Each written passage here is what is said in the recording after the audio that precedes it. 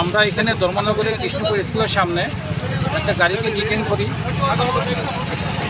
সেই গাড়িতে তল্লাশি চালিয়ে টোটাল 17 পাওয়া গেছে প্যাকেট সাবানের কেস।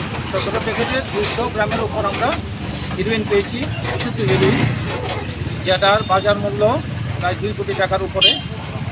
2 জনকে অ্যারেস্ট করা হয়েছে। একজন জাবেদ আলী, তার বয়স 30 বছর, বাড়ি বক্সনগর। আর একজন জয়দুল হোসেন, তার বাড়িও বক্সনগর, তারও বয়স 30 বছর। আমরা যে ড্রাগ পাওয়া গেছে এটাকে সিজ করেছি, গাড়িটাকে সিজ করেছি, 2 জন আসামিকে অ্যারেস্ট করেছি।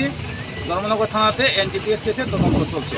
গাড়িটা কোথা থেকে এসেছিল, কোথায় যাওয়ার কথা ছিল? মিজোরাম থেকে এসেছিল এবং যতটুকু ওরা যেটা বলছে ওরা কুয়াই অথবা তেলিয়ামুড়াতে গাড়িটা শিফটিং হতো, অতটুকু অবধি তারা যেত, তারপর অন্য ড্রাইভার চলে আসতো।